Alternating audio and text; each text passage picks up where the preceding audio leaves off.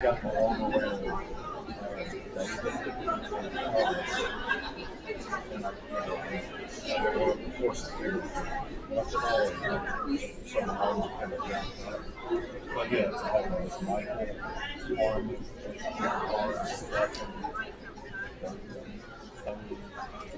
a couple of the white place in the entire group.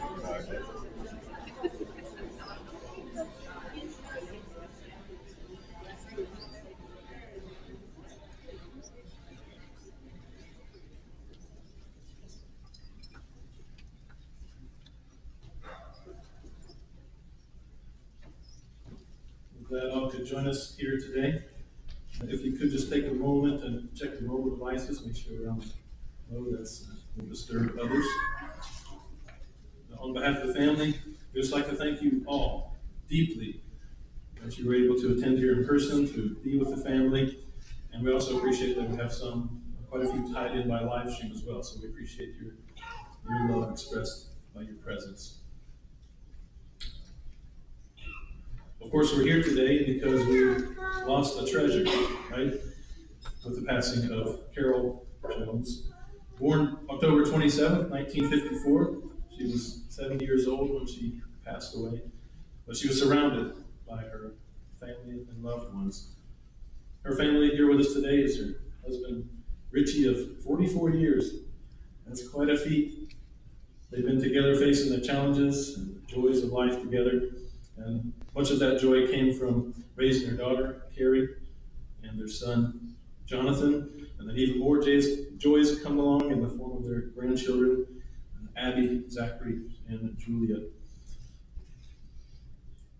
Those that spent any time with Carol knew that she was a caregiver. If I could summarize kind of everyone's thoughts I've heard over the last week, a word that describes Carol would be motherly. She was such a motherly woman. A motherly person is one who's caring, protective, kind, selfless. And Carol was a motherliness. It wasn't contained within her family, it spread out, didn't it? Her motherliness spread out to everyone around her, everyone that she knew. And many here claim Carol as their second mama or second grandma, don't they? But she learned a lot about being motherly from other examples. She had many good examples of motherliness. For example, her mother, Juanita Fortner, always set a good example for Carol as a mother. But she also taught her Bible truths. These truths and these godly principles molded Carol into the beautiful person that we came to know and love. What Carol learned from the Bible motivated her to get baptized, and she did this on March 28, 1970. So quite some time back. Some of you might remember that time. After baptized, she began to share what she learned with others. And she just didn't talk about Bible truths or preach. She actually lived what she learned. She was a member of the Christian congregation of Jehovah's Witnesses right here in Garden City for most of that time. And she became beloved there. Carol demonstrated how to be a Christian by imitating the qualities of the greatest witness of Jehovah God, and that is his son, Jesus Christ. Now we could say that Carol enjoyed the good old simple things in life, right? Those that know her knew that she enjoyed the simple things. One of her oldest friends told me how when they were kids, very young, in the evening, they'd go out in their pajamas in the backyard, and they could see the old Highway 80 drive-in across from Carol's yard. And they would just watch the movie. They couldn't hear it, but they would try to guess what was being said. She also loved to swim. Sometimes she'd be in the pool all day with her friends, late into the evening, and Richie would come out and bring them drinks and food so they didn't have to get out of the pool. That's how much she loved to swim. She's also known by her baked goods. I know we're all familiar with that. She sold cakes out of her home for quite a while. Then she opened up the cake shop on 21. I can only imagine the hundreds and hundreds of cakes that she must have baked. But I often wondered if that was profitable for her, because she probably gave away more than she sold. That's just how Carol was. She showed her love by hospitality. She wanted people to be happy, and she often did that through her cooking and her hospitality. Where she worked at the tag office for many years, Many of you here know her from that time. She became a beloved fixture there. One coworker told me that if Carol was on duty, people would jump lines just to get Carol. That's the type of person that Carol was, even if it meant waiting longer. And nobody likes waiting in the tag office, right? But if Carol was there, it was worth the wait. I mentioned that to one of Carol's other coworkers, and she said, "Oh yeah, Carol taught me to do that too." And I said, "Well, how does she teach you? What did she do?" The coworker said, "Just be nice to people. Be kind to people." Another coworker, who later became her daughter-in-law, said it was because she gave everything to everyone. That's the type of woman that Carol was. She also loved to knit and crochet. Anyone here have some of Carol's knitted crocheted items? Quite a few. See some hands there. When she heard my wife would undergo chemotherapy to lose her hair, she hand knitted her enough hats to wear every day of the month. A different hat. Just astounding, her generosity. The granddaughters of one of Carol's oldest friends wanted to learn to knit and crochet, and so Carol said, "Yeah, of course, I'll teach you." So they spent a lot of time together. Carol loved passing on this skill, and the time that Carol and this young woman spent together affected her deeply. She, who's only 15 years old, she calls Carol one of her grandmothers. And when the young girl heard that Carol was at the end of her life, she begged her mother to take her up to hospice so she could be at Carol's bedside and read to her. And she did. She read to her, and she spent some quality time with her, even though she knew she would be unconscious. She knew she would hear her, and she wanted to show that love to Carol for all the love that she had shown her in return. That's the effect that Carol had on other people. While Carol was in palliative care, a woman that I didn't know was talking about Carol visiting there, and I approached her, and I said, "You seem to know Carol pretty well. You must be one of her old friends." She said, "No, I've only known her for 17 years. I'm one of her new friends." That just kind of shows the enduring friendships that Carol maintained and cultivated over the year. Because she knew that when Carol made a friend, it was for life. She has many friends that have been close for her here for 20 years, 30 years, 40 years, 50 years, even 60 years. Some here have known her that or even longer. It's rare for a person to have that many close, enduring friendships, isn't it? In the last few days of her life, many of her friends, old ones and new ones, along with her family, were at her bedside. And as usual, people were lined up to see Carol. People lined the walls of her room, sometimes standing room only, spilling out into the hallways. Why? Because she was nice to people, she was kind to people, she gave everything to everyone. We could keep going on with good things to say about Carol, because it makes us feel good, right, to remember her in the way she was. But she wouldn't want the spotlight, would she? She didn't want the spotlight. She didn't want focus to be on her. She wanted focus to be on others that were needy, that needed love and support. And a few days before she passed, Carol insisted that her close friends promise to take care of her family. She made them promise. Many of you know that. Well, you being here today, in person, even though it's difficult, are helping to honor that promise, that her family will be taken care of. So please, we ask you to continue. Support the family now, in the days ahead, the weeks, months, even years ahead. The loss is painful and it's deep, and so we'll need your support. I've known Carol for over 40 years, since I was just a young boy. And a few days before she passed, she requested I give this short funeral talk. It's about 25, 30 minutes. And it highlights the hope that she has. The hope that she has was so sure to her that even at the end of her life, she didn't fear death. She just wanted to not be in pain anymore. She didn't fear where she would go or where she would be or what would happen, because she knew exactly, 100% in her heart, what that would be. She knew her friends and family would be downhearted, that they would need love and comfort. And she knew that the information that I would share in this short talk could provide some comfort. So her last two requests, to care for her family and to give this funeral talk, were characteristically unselfish and for the benefit of others. That's what she thought about at the end of her life, was you. And Carol knew that all of us here would have to deal with grief. The same grief that she felt. She lost many of her loved ones, such as her mother and others. A lot of us have experienced grief recently from the loss of loved ones. And grief is a difficult thing. Grief is a deep sadness that affects us at the death of a loved one. And it's normal to have these feelings, these feelings that we have right now. Someone before the funeral said, this doesn't even seem real. It doesn't seem real. It's painful. And some of us process this grief differently than others. Some of us might be crying. Some might be laughing. Some might have no expression at all. That's okay. There is no right way to grieve. So we shouldn't compare ourselves with others or judge others how they grieve. There's just no right way to grieve.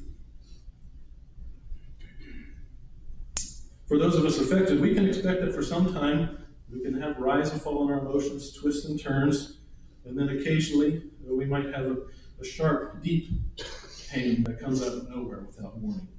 That pain can be so sharp it can cause us to ask questions like, how long will these feelings last?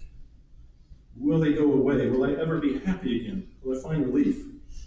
So processing this will take time, and this is normal. But there is help available to us if we're struggling with these feelings. Any of the elders or mature sisters in the congregation can provide support. And there are also other resources available to us, resources that Carol appreciated and used. And I thought it would be good just to share one with you. But this is optional. You don't have to, but if you would like, I can share with you one of these easily accessible resources. And that's, if you have your device, you can open it up, go to www.jw.org. You don't have to, you can remember it for later if you like. But if you go there, it's a website available in 1,000 languages. It's Bible-based. It's not just for Jehovah's Witnesses, it's for global audience. But if you go to the search bar there in the magnifying glass, you can search topics like coping with grief. What happens when a loved one dies? Why does God allow suffering? Why do we grow old and die? What is the hope for the future? So you can access that yourself, and you'll see there's many practical articles, especially about how to cope with grief and how to grapple with those hard questions. Carol appreciated the comfort that's shared in this website based on God's Word, the Bible.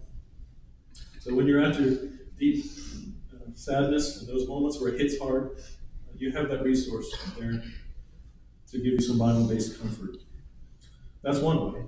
But there's another way. One of the best ways to find comfort from our grief is to contemplate what Carol appreciated.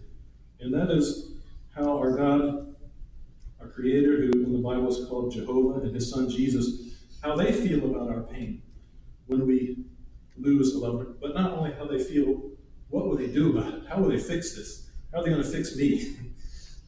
How are they going to fix this terrible situation? We can find that in God's Word, the Bible. So we're just going to briefly discuss one Bible account that brought Carol a lot of comfort in her life. And it mainly revolves around the account of Jesus and Lazarus. And if you have your Bible, we're going to look at John chapter 11. Or if you have the website, jw.org, you can scroll down and there's a Bible online there as well. We're going to go to John chapter 11.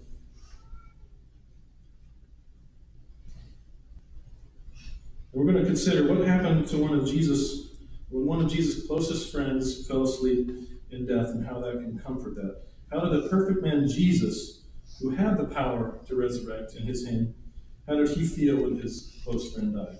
Well, if you have John chapter 11 there, it starts off by telling us that Lazarus had been very sick, much like Carol was. Then we find out that Lazarus had died. In verse 11, Jesus, knowing he had died, said this to his disciples. After he said these things, he added, Lazarus, our friend, has fallen asleep, but I am traveling there to awaken him. Interesting. Jesus' disciples were confused. You're going to walk 2 days on foot to go wake up Lazarus? They didn't understand. They said in verse 12 and 13, well, if he's sleeping, then he'll get well. And Jesus plainly said there, Lazarus is dead. So Jesus here aptly described what Carol believed. We know it's a diverse audience, so others might believe differently, but Carol believed what Jesus said there, that Lazarus was asleep in death. How did Jesus feel about the situation? He viewed death as temporary, like sleep, something that someone could be woken up from. As we mentioned, Lazarus died in Bethany, a 2 days walk from where Jesus was. We know that Jesus could perform miracles from a distance, and we know he could resurrect because he had done it 2 times before. So why didn't Jesus just resurrect Lazarus from a distance? Why did he choose to be there in person? Martha and Mary had not asked Jesus to come, but why did Jesus make the effort to be there? Well, he knew the family would need comfort. And it's really what you are imitating today. You're imitating Christ by being here with the family, by making the effort. It took emotional effort, physical effort to be here. Because no one enjoys being at funerals, but we know we have to be to support the family. Just like Jesus made the effort, we appreciate that you made the effort to be here.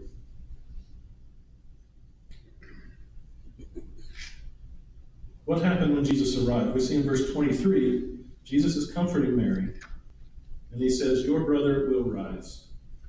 He said it as if Lazarus was just in a deep sleep, that he would wake up. In verse 24, Martha shows that she also was aware of the resurrection hope. She said, "I know Lazarus will rise in the resurrection in the future." But in verse 25, Jesus says something amazing. He says there in chapter 11, verse 25 of John, Jesus said to her, "I am the resurrection and the life. The one who exercises faith in me, even though he dies, will come to life." Again, we see Jesus has the power to raise the dead, and he will use it, as he says, to resurrect those who are exercising faith in him. Ones like our dear Carol Jones, and many others that we have lost recently. We have that wonderful hope through Jesus. Even though Jesus knew he would soon see Lazarus again, did that mean he didn't grieve? No, he felt pain, and he saw the pain of all those around him grieving and suffering. And that was so much for Jesus that even he himself grieved. Even he himself shed tears. Although knowing he would shortly raise Lazarus, he shed tears because he knew the effect it had on the family. And those of us that are shedding tears now, Jesus feels that. Jehovah feel that pain. And just as Jesus was eager to wake Lazarus, Jesus is eager to wake our dear Carol. But it's hard for some to believe today. They ask, does God really care? And it's easy to raise that question in our mind when we see suffering like this, when we see the deterioration of the world around us, and what we personally experience. But really, in that account, Jesus' reaction to his friends grieving teaches us that Jehovah is a God, our Creator is a God of compassion. Why can we say that? Because when Jesus was on earth, he so closely resembled his Father in his thinking and feeling and actions that he could say in John chapter 14, verse 9, "Whoever has seen me has seen